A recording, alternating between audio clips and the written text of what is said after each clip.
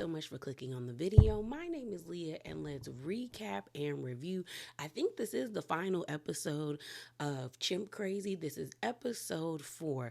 So let's get into it. I think I'm going to do what I did last time for this episode that I did in episode 3, where they were jumping back and forth between stories, but I'm just going to push the stories together and talk about them all together. And yeah, because that works for me. And where are my notes? Let me get my note. Right, I got my notes. So let's talk about it. So let's talk about Sandy and Travis. So it pretty much gives us an update of what transpired after Travis attacked Charlotte and mauled her almost to death. And so we end up seeing Carrie, the stepdaughter, again, and we see the friend Nadine again.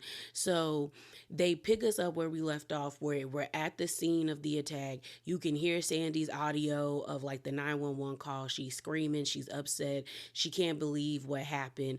And then we actually get this old footage of Nadine and Sandy in the car together while she's speaking to a reporter, and they're asking her all types of questions like, girl, what was you doing with this ape, with this chimp? And Nadine talks about how all these crazy stories start to come out about Sandy. Like the news was covering it, and I do remember that. Like it was on the news faithfully for about, I feel like, a good month. Like you couldn't escape it. And they even had someone write an article about Sandy allegedly, like they were saying that Sandy and Travis had a relationship. You know what I mean? A more, she was sleeping with him. And what's funny is during Labor Day weekend, my parents decided to have like a cookout. So I went to their place, and a couple of their friends pulled up, and I was telling one of her friends, one of my mom's friends, about watching the documentary and everything that was in it. And I told her about the Travis and Sandy story, and she was like, that lady was sleeping with her chimp. And I was like, I didn't hear that. And what was crazy is just like they're a lot older than me, but it's just like being a child when this happened. And like I just remember the attack. I don't even remember people talking about like having those salacious stories about Sandy sleeping with Travis. I do not remember that being a part of what was online, especially in the news. But it's just crazy that when I brought this story up, she was like, yeah, girl, that's what the people were saying. I said, man. And so Carrie, the stepdaughter, ends up explaining that basically Sandy went into hiding. It was like every other day there was a negative story about her. Then they bring up the Oprah special where Charlotte reveals her face. And I remember this. I really do. I do remember Oprah singing happy birthday to her. And I remember her doing like the face reveal. And they asked Nadine, like, did she watch? And she was just like, once her face was revealed, it was an image I had to turn it off. It was an image I couldn't take anymore. So they talk about Sandy's home. She left everything where it was. Like it was pretty much kind of like a museum. Like the Elmo stuffed animal was still in the bed where Travis stayed. Carrie ends up explaining that there was the blood of like what happened. She just let it dry, and Sandy never cleaned it up. So it was kind of like she encased herself, like she wanted to memorialize, I don't think the situation, but her life with Travis and with her husband Jerry, because Jerry has passed away and now Travis is gone. So Sandy was pretty much by herself. And it makes sense why well, it doesn't and it does. I mean, I would clean up, but also I had never experienced something that traumatic of watching something you love pretty much mutilate your friend. So, and then she already was dealing with the loss of her husband. So she was just going through hit after hit pretty much. Okay. So then Nadine brings up a medium. So Sandy decided to contact a medium and get a reading because she wanted something to hold on to. So the medium said she tapped into Travis. Travis was telling her like, "Don't worry about me, mommy. I'm okay." Um, and then the medium said, and it feels like there's something new coming or another coming into your life. So then we go back to Pam. We met Pam on the first episode. She was the one that irritatingly had her chimpanzee with a collar and a rope around its neck. Okay. But we find out that Sandy and Pam became partners. They basically became co parents to a chimp named Chance. Um, I like basically Sandy found out about Pam and her like circus and the chimpanzees she's had as performers. She pretty much started to follow Pam and her husband and her chimpanzees wherever they would go, to every sideshow attraction, to every circus. Sandy would show up, and eventually I guess Pam and Sandy connected. And one day, Pam called up Sandy and pretty much told her, "Hey, girl, I got a chimp.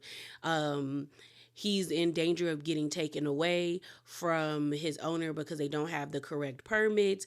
Do you want this chimpanzee? Like, do you want to go in half with me?" But really wasn't half, because Pam lets us know that Sandy pretty much put in 20K and she put in 10K because the chimpanzee, well, I guess 13K, or maybe Sandy put in 23K, but pretty much they Pam didn't have all the money. Pam didn't have all the money. So having Sandy was needed for her to get the chimpanzee.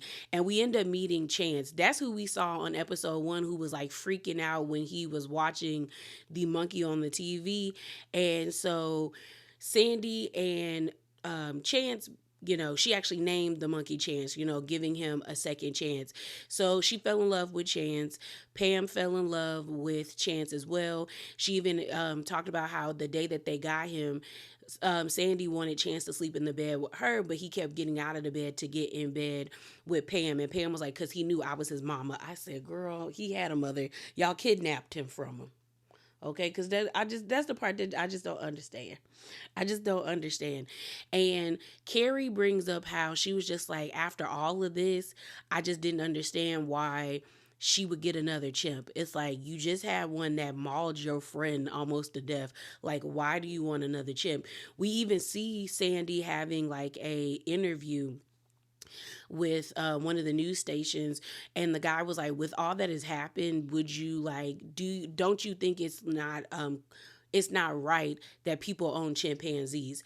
And Sandy was like, if you're asking me if I would do this all again, I would. I said, girl. And she was trying to plead Travis's case. She was like, I fed him, I cleaned him, I bathed him, like he was always kind. So I don't know what happened. So getting the chimp, going in half with Pam to get Chance was a way for Sandy to, I guess, subside her grief. But the stepdaughter, Carrie, basically said that it kind of made things worse. Basically, Sandy was trying to fill the void of not having Travis. And that is why she went in half with Pam to get Chance. But unfortunately, Sandy started to realize that Chance was not filling the void of not having Travis. And it seemed like Chance had gravitated more to Pam and her husband. You even see Sandy try to do the whole thing that she used to do with Travis when he was a baby, like put your legs around my neck with Chance, and it wasn't doing what it needed to. It wasn't fulfilling her. It was actually doing more harm than good to her. So we also find out that Sandy actually snuck Travis into Connecticut with the help of Pam and her husband. And Carrie, the stepdaughter, talked about how if the state of Connecticut found out that she had Chance in her house, or it was in possession of any chimpanzee, she'd have been in massive trouble. So then they talk about one day, Sandy was talking about how she wasn't feeling good. She was kind of sore. She was hurting. And unfortunately, she passed away from, I think, an aneurysm. I think it said a ruptured aortic aneurysm. So it's seeming like she, one of her blood vessels, or not her blood vessel, her aorta ruptured, which you need that because that helps pump blood throughout your whole entire body. Pam believes that ultimately Sandy died of a broken heart, and on the day that they buried her, they actually had Travis's ashes and they placed them in the casket with her.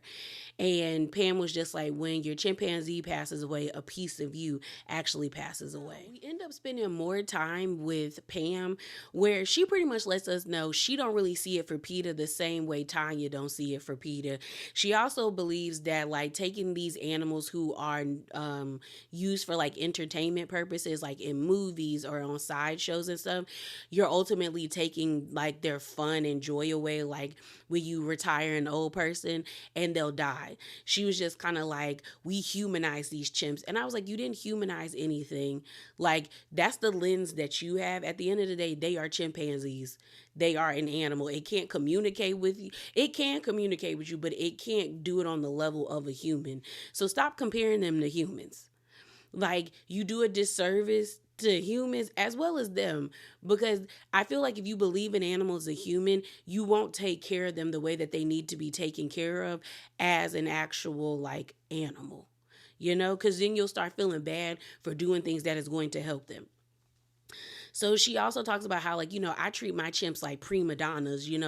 They don't like the rain. They don't like this. We actually see her with Chance while he has the rope around his neck, and she has him like climbing on this platform, but she also has goats, and Chance doesn't like the poop. And I said, nobody likes goat poop, okay? It stank. It's horrible. And she was like, oh, it's off. It's off. Come on, Chance, climb up there. And she was like, see, he's very prima donna. I said, I don't think any animal wants to be in another animal's feces. Like, what are we talking about, Pam? But she also brings up how she's had some of her chimpanzees sleep at the White House. And they show like an actual clip of Pam with another chimp with a rope around its neck.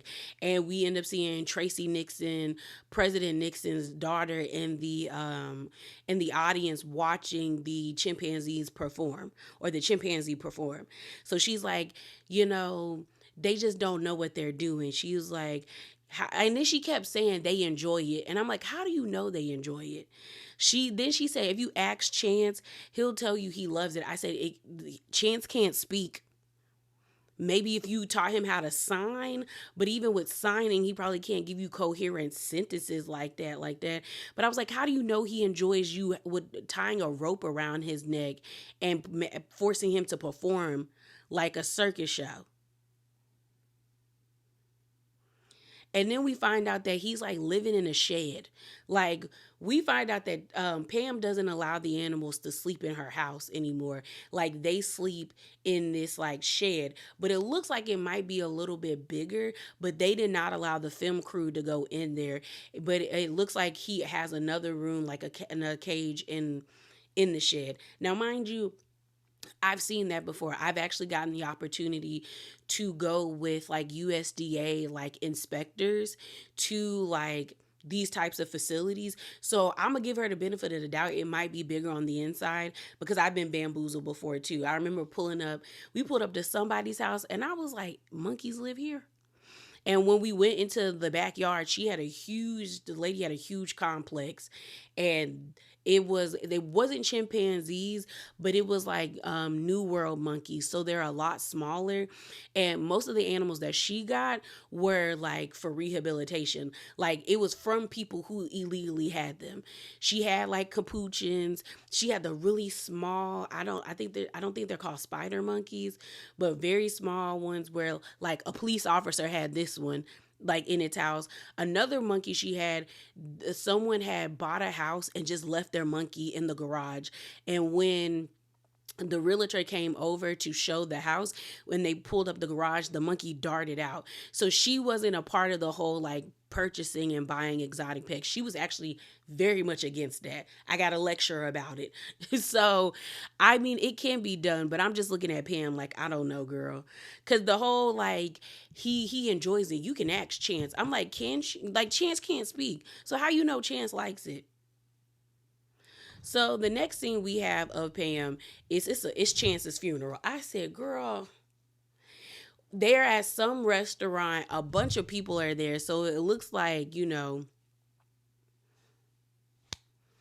Pam got some type of community. They are having like a memorial service for him. They ended up cremating him because they have him in this like really nice wooden box. And Pam actually gets on the stage and thanks everybody for being here. It says how Chance was her second chance, at like having the ability to have a child, at her old age.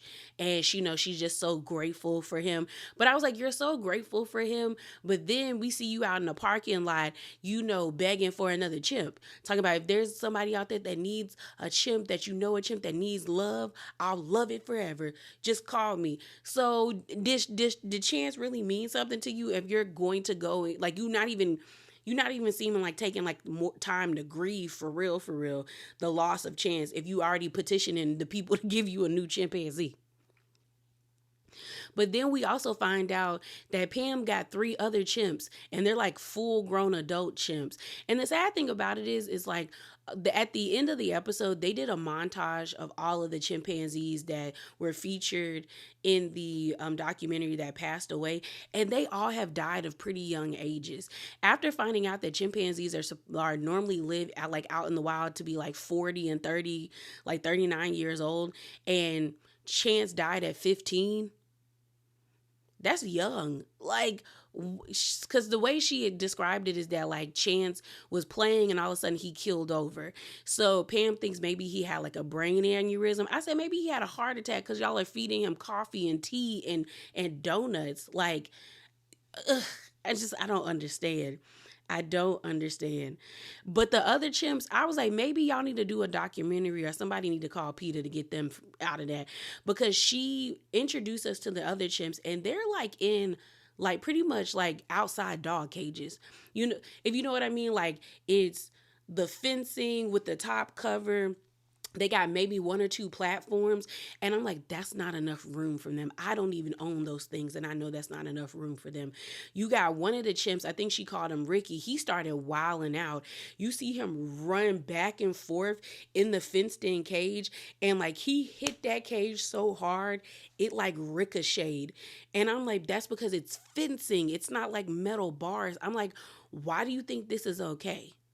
And they just look unhappy. For people who say like they love their animals and they care so much about them, and they can tell when they're unhappy, I'm like, how am I somebody that's never been around your animals, and I can see that the living conditions aren't the best for them and that they don't seem happy in these conditions, but somehow in your brain they are happy?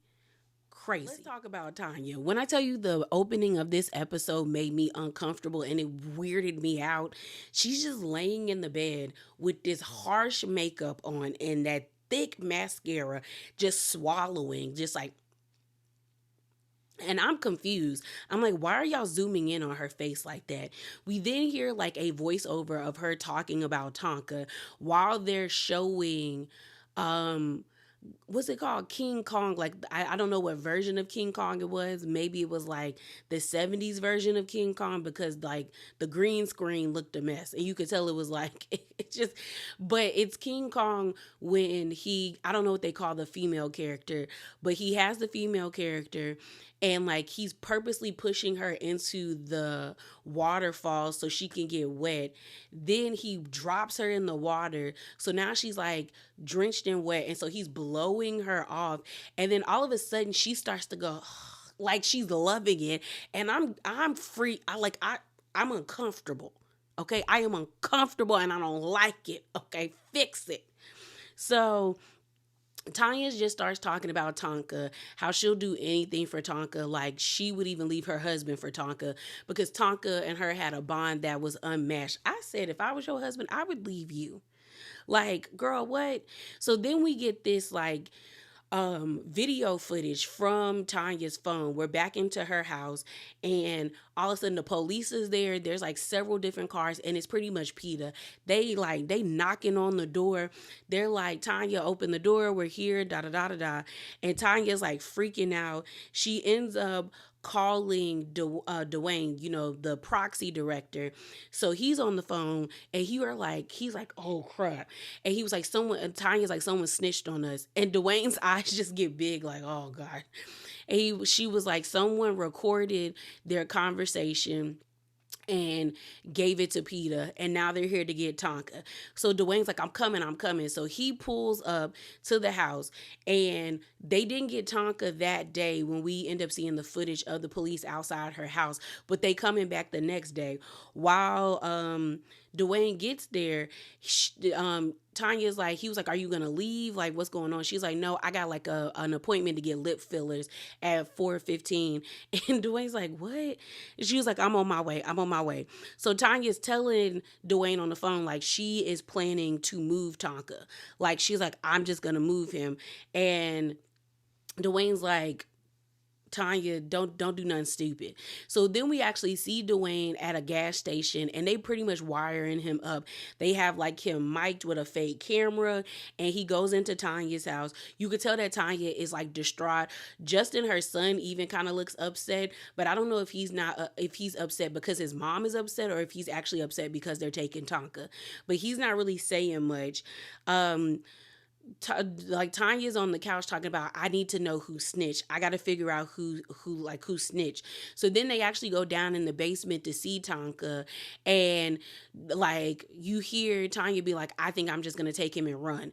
And Dwayne is like, "Girl, don't do that because you are gonna be all over the internet, all over the the news." Like he's trying his best to encourage her not to do nothing stupid. You then hear her son Justin be like, "Mom, it's okay, like chill out." So then they put like a cue card and it's June 2022, and Tanya is pissed because the cars are back, the police are back, and she sees Jared, aka Pee-wee Herman. She don't like that man. She don't like that man. So I think Brittany was with him as well, the other PETA lawyer. And so she's getting irritated when she sees Jared. And you hear her son again be like, "Mom, don't do nothing stupid. Don't do nothing stupid." So Tonka is freaking out. Like you hear him screeching. He's not as quiet like they said as he used to be. He's just like going off because he's like knows something is about to happen. We find out that they kicked Tanya out of the basement and out of the room. And so like while the vets and everyone is downstairs trying to prep to dart Tonka to take him out of the cage, um Tanya is recording and you could hear him screeching. Like she's in one of her rooms and you just hear him like he's going off. Probably because he don't know these people. He doesn't know what they're doing. So we actually see Tonka outside. The vets have him like stretched out because they have like a makeshift area. They actually have to put him under anesthesia because they had the anesthesia machine, and they do an EKG testing to see if his heart is actually like in bad condition, like can they move him for such a long time or not. But the EKG checked out and they can move them. Then we actually see Eric, the other director, on FaceTime, or I think it was like a video call with Brittany, the PETA lawyer. And she pretty much was saying that like we were hopeful and kind of nervous at the same time because they were like, if the EKG came back that like Tonka could not be moved, then we were gonna have to leave him there. They also was worried that he might have been dead because of the whole Tanya talked about euthanizing him. So Brittany was just like, we didn't really know what was going on, but ultimately Tonka was approved and they said that he could be moved. I got to give Jared his props because there's this one picture of Jared and he has all these monkeys in the back of him and he's just sitting in front of them like perched. I said, "Oh, you ate that, Jared." You ate that. And I guess those are all the monkeys that they were able to free, but like that was a clean photo for Jared. So we find out that Dwayne has been trying to get in contact with Tanya, but she's not responding. And we have like a montage of him like going to the state fair, being in hotel rooms, doing things, calling Tanya like back to back, and she's not picking up. Dwayne ends up calling Eric and being like, "Well, she's not responding to me."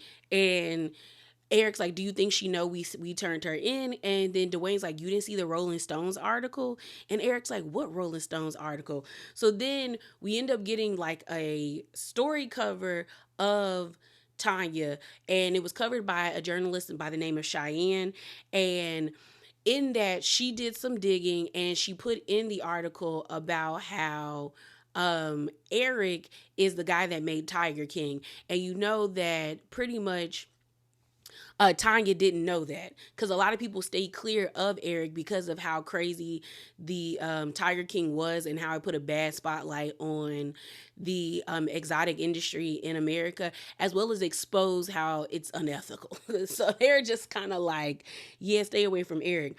So Eric sits down with Cheyenne, and Cheyenne pretty much says, I normally cover like stories about actors and artists and all of that stuff. But ultimately, what got me into this is Alan's Cummings when he decided to step his toe into the water and offer an extra 10K. I was like, okay, this story might be interesting. So I actually called up Tanya, didn't expect her to pick up, and she told me everything. And Cheyenne ends up saying that like she pretty much feels blindsided by y'all because Eric is like, how do you think she feels about all of this? And Cheyenne was like, I think she feels blindsided. She also was like, she likes Tanya. You talk to her, she lets you in and she tells you pretty much everything. And Eric is like, well, she knew we were filming a documentary, so why would she tell us everything? And Cheyenne is like, because Tanya like to talk. And she do. Tanya is that person that just be talking sometimes just to hear themselves talk. And they actually, and it seems like she gets a high off of like saying outrageous things to get people to like be like, oh, for real? Because some of the things she was saying, I was like, girl, why are you telling us this? You do know you're being filmed. You do know you're being filmed. And Cheyenne said for a moment she likes Tanya. The thing about Tanya is a character that you can somewhat like fall in love with because she's so delusional that you enjoy her. But then reality sets in when you realize what she's doing to these animals isn't right, and you have to take a step back. And that's pretty much what happened to Cheyenne. She was like, I was really like loved interacting with her and talking to her until I saw that picture of her in Tonka's enclosure. And I don't know why Tanya had on that muumuu. When I tell you it was giving horror movie, like I said, girl, what is this? And Cheyenne said once I saw that, it was like, oh, like this is bad. Like he stayed in there, like that's where you had him there. And she was like, I don't get how she didn't see how what she was doing was wrong, and maybe she's just blinded by her own what she believes is love. And I was like, yeah, that's probably what it is, girl. So the next scene we get is actually of Tonka at Save the Chimps, which is the sanctuary we saw in episode 1. Beautiful. They got 12 islands and over like 200 chimpanzees, and I guess each island hosts like a certain fraction of chimp. And I guess I was always like, they can swim, can't they? I don't know. I think they can. Maybe they have to be taught, or they have to learn to do it, or someone has to show them how to do it. And maybe that's why they haven't like jumped in the water to go to the other islands that are there. But they put Tonka in quarantine because they got to make sure everything's okay with him and all of that stuff before they actually let him be in a troop or in a community. We end up finding out that Tanya pretty much lied about him having an enlarged heart. I said, girl, what you mean she lied? The vets there checked and they basically said he had no heart condition. He was just overweight and had a horrible diet. And I said, I can believe that. I can believe y'all over there feeding him Happy Meals, Powerade, and chocolate milk. That's probably why his body was doing what it was doing. Where she was like, it's fluid in his arms. Girl, no. So they basically said Tanya lied about that. We actually see Tonka touching grass. Like, and I've been wondering, like, how long has it been since he's touched grass? Because they end up showing us where he was living, like how he was living in Tanya's basement, and she just had pellets on the ground, like that you would use for like rabbits and ferrets. And I was just like, that ain't no way for him to live. And so I was happy to see him touch the grass, and he seemed kind of like unsure of things, but like okay. It was interesting. It really was. We end up seeing that Dwayne is trying to again contact Tanya, and he's talking to Eric, and Eric was like, do you think she'll pick up this time? And he's like, I don't know. They end up asking Dwayne, well, how do you feel about this? And Dwayne is just like, I told Tanya, don't say anything you don't want the world to know. And in that regard, you can't even fault the documentary team for being like deceptive in a sense, because it is deceptive to have Dwayne be the proxy director and not the actual director. But if they're telling you, girl, you're filming a documentary, you don't say anything that you don't want the people to know, and you do it anyway, then how can you be mad other than be mad at yourself? You know what I'm saying? Because when they talk about Cheyenne and Cheyenne asking her like, who do you think told on you with the what's it called, with the recording of the conversation, the audio and stuff, and she was like, who have you told? And basically Tonia told everybody. She said, I told my friends, I told my kids, I told the documentary team. And that's when Cheyenne was like, oh, that's when she started doing her research and stuff to figure out who was the documentary team. So she actually gets no, Dwayne actually calls her, and Tonia actually picks up the phone this time, and you can tell that Dwayne is remorseful because he does like Tonia, but he's also knows that Tonia is not doing right by these animals. So while on the phone, when I tell you I gotta laugh out of this, while on the phone, Tanya's like, do you, Dwayne, like, I've always, out of all of the documentaries, I really loved you because I knew you really cared about animals. I could see it. But she was like, do you know about Eric Goodman? And Dwayne's like, yeah. She was like, you know, his mom's a prostitute. And the way Eric was like, I cackled. Oh, so not a prostitute. I think she ended up saying his mom abused him. And I said, I don't know how Eric Eric didn't say anything, because I'd have been like, what are you talking about? Not my mama. It was funny. It was funny because Dwayne was laughing. He was like, girl. And so she ends up saying, y'all didn't harm me, you harmed Tonka.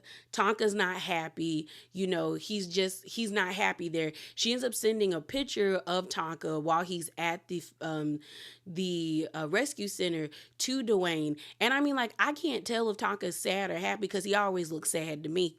You know, she just looked tired. So Tonia just was like, you know what, if you can't beat him, if you can't beat him, might as well join him. So she was like, I'll meet with you one more time, but I just want to get the truth out about my situation. Next scene we have is actually Tonia and Eric Goodwin, or good no, is it good? No, Goodman. Eric Goodman, the director, meeting up. But first Dwayne meets Tonia first, and they go to like this 1970s, 1968 dilapidated hotel, and they sit down and they talk. And you know, Dwayne asks Tonia like how she's doing. She's like, she's doing all right. And then he asks her, would you be okay with meeting Eric? And Tonia, you see, is kind of like mulling over the idea, but ultimately she ends up saying yes. We find out that Eric was already like on the premises. He was just waiting to see if she was going to say yes or no. He actually was like following behind them when they walked into the hotel room. So she's like, yeah, I'll meet with him. We end up seeing Eric talking by himself, or like, you know, to somebody, one of his crewmates, where they were like, how you feel? She was like, he's like, I don't really know. You could tell that he's nervous. He was like, she feels like she's right. She feels like she's not the bad guy in this, but don't we all feel that way when it comes to stories about us? And I was like, yeah, that is true. You actually see Eric and Tonia meet, and Eric tries to be like, he tries to be cool with Tonia, where he's like, you know, I'm kind of the same as you. I have animals that I love to death, that if someone took them away from me, I wouldn't be okay. And he says, honestly, the reason why we went forward with contacting PETA is because you told us you was going to put Tonka down. And we were trying to figure out, were you putting him down for the right reasons, like because of his health, or were you putting him down so like that all of this would go away? And Tonia was like, well, I thought about it, but honestly, I was going to drug him, and then we were going to go to Mexico, and I was going to get some coyotes to take us to Mexico. I said, you were going to take Tonka to Mexico. She talked about building an enclosure and staying in some villa. I said, girl, what? Tonia is crazy. Tonia is crazy. So she says that she's only meeting with Eric because she wants Tonka back. And she was like, if this is a way to get Tonka back, I'll do it. Because, you know, at the end of the day, he's my kid. He's my humanzy. I said, girl, humanzy. So then it's 5 months since Tonka has been gone. And, you know, Tonia says, you know, her way of coping with things is pretty much ignoring things. But then you'd see that she is eating a bunch of sweets. Like, she's eating like donuts. She got a bunch of cupcakes. She's eating Coca-Cola shit. Like, no one of them animals' diets was bad, because Tonia's diet is bad. And so we then see her going around her farm and like feeding camels, goats, the baby monkeys that she has, what the kangaroo, the donut that she was eating. I was just like, see, this is why don't nobody think you need these animals, because you don't take care of them properly, Tanya. So it then jumps forward to 10 months since Tonka has been gone. And the petting zoo, or the zoo that Tanya has, is kind of like they're having like a soft opening. So we also find out that Tanya owes PETA pretty much $250,000 in basically court fees for this whole ordeal, and she don't got the money. She does not have the money. We end up seeing that like she broke her like leg, not her leg, her foot. At first I thought she was lying, but then when they zoomed in on her feet, you actually see like a scar and like stitches of like her incisions and everything. So she was just like, yeah, some things happen. She was like, pretty much she's being bled dry. She can't drive, so she can't broker animals back and forth and transport them. Also, like the animal buying business is kind of slowed up for her. So she's just kind of hoping that this zoo works, because she needs something. Like she needs something where she can get money coming in. We then hear like a montage of debt collectors calling Tanya for her to pay her bills. I said, Tanya going through it. She's also scared that PETA's going to come in and shut down her zoo. We then see Brittany talk about how pretty much Tanya uses this zoo as like advertisement for her brokering business of like brokering the exotic animals, because you do see people petting with the camels, playing with the goats and stuff, but then they have a moment where they have like a baby sloth, and I said, you have a baby sloth? I said, girl. And there's passing around monkeys. You hear her telling this lady, like, we don't always have the same babies every time, but like whenever you come, there might be a different one. So what Peter is saying is true, that Tanya is using this to market herself and get money. I mean, I'm kind of like, if they want to get their money back, she got to do something. I know this ain't what they want her to do. She got to do something. We see Tanya sitting down at her kitchen table reading this long email from Peter that basically was like, hey, if you pretty much sign this letter saying that you will not breed, you will not buy, you will not broker any more animals, you will not even have the animals you have in your vicinity, we will stop trying to collect the debt from you. And Tanya was like, oh, they're crazy, because I'm not doing that. She then gets really upset. She was like, honestly, all of this, I will stop doing everything they want me to do if they give me Tonka. And I said, girl, they're not giving you Tonka. They're not.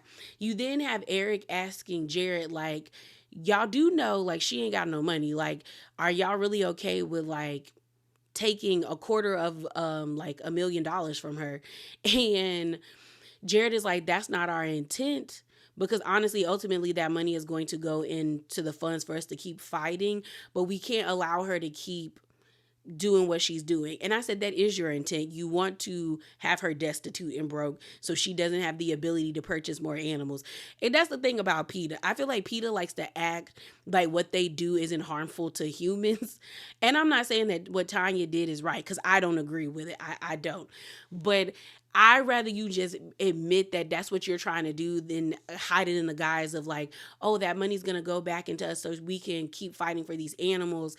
And like, we don't want her to end up like homeless. But I'm like, but your actions are doing that. So you might as well just admit it, in my opinion. So as the episode continues, we then get this scene of Tanya. She in the car crying, listening to Jelly Roll. Now, mind you, when I tell you I laughed at this scene because I wasn't paying attention to the screen, I was like scrolling on my phone, and the next thing you know, I hear her singing, and I was like, why is she singing? But the lady is sad. She's sad. She got this letter from PETA. They're basically telling us, like, they're pretty much stripping everything from her. And she was like, honestly, if they would just give me Tonka, I would comply. But she realizes Tonka is not coming back. She actually is like, it's starting to set in that she's never going to see him again, because I don't even think they allow her to go to the sanctuary. And so she's, is it a sanctuary? Yeah, sanctuary. So she's just like in the car crying. Just crying. We then see Alan Cummings actually goes to the Save the Chimp sanctuary, and he sees Tonka. He starts crying, and he's just happy that he's in a better place. I was like, how can you tell which one is which? Because they all look the same to me. He ends up saying that he hopes that Like there's one day where Tonia can look back at this documentary and feel a sense of like joy and possibly not be angry, but he understands. And I was like, she is going to hate PETA for the longest time. When she was waving that "Don't tread on me" flag, I said, "Oh, she knows how to hold on to that type of hate. She's like she not giving it up. She not giving it up."